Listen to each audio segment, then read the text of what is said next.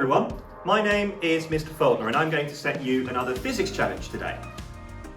Today we're going to be building a parachute and we're only going to use very basic materials that you might be able to find in your home.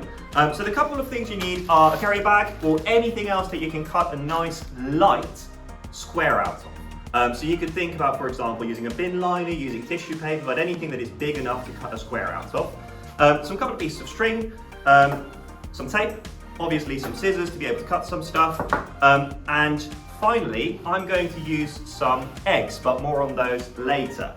The first thing you'll need to do is just cut out a square. Right, so I've got a square, and we're going to use this square, like I said, as the surface for our parachute. So to do that, obviously, we're going to need a couple of pieces of string, and you're going to want to get 4 pieces of string that are exactly the same length. So I'm just going to cut 4 pieces of string. Right, with your 4 pieces of string, you're going to need to obviously attach them to the surface of your parachute. And I'm just going to use some tape. Alternatively, you could try to just make small knots and tie them to the corners of your parachute. Get your pieces of string that are about the same length as your parachute and tape them to the corners using just any kind of tape you can find. Don't use too much tape though, because the more tape you use, the heavier your parachute is going to get. And the heavier your parachute is going to get, the more difficult it's going to be for you to make it slow down your load nicely. So just some tape to it and make sure it's nice and tight so that the piece of string can't shoot out a bit basically. Right, once you've got those pieces of string coming out of the corners, you've basically got your parachute finished because you've now got your 4 pieces of string, and if you get them all together, then obviously you can start to recognize that you're actually looking at a nice parachute.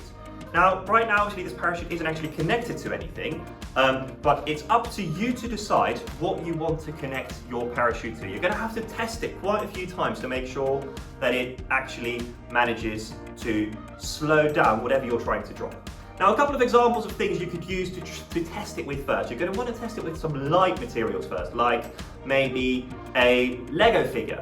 And what you need to do is just attach it to those 4 strings, possibly by tying them together or by sticking them to your object, whichever way works best for the object that you've chosen. Once you are quite confident that your parachute is really good at slowing things down, I would like you to drop an egg. Obviously, check this with your parents first, because we don't want you wasting thousands of eggs. Only do this when you're really confident that your parachute works. Right, I'm up on the bridges in the Hampton for the first test of my parachute. I'm going to test it without the egg first, just to be safe. So I'm going to drop my parachute with the basket of the egg, but just without the egg this time. Drop it through here, and let's see how it gets on.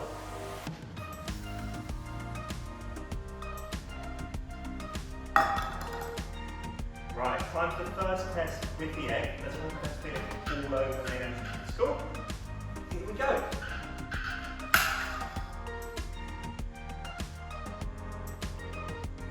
Right, clearly my parachute wasn't perfect, so I want to challenge you to do a much better job. Build a parachute that is as big as you can make it. Think about the construction, think about how many pieces of string you're going to attach, how you're going to drop it, where you're going to drop it from. When you get a really good result, make sure to take a video and send it in to us, because I'd love to see your creations as well. So good luck, and don't forget to send us all of your videos and pictures that you might end up taking.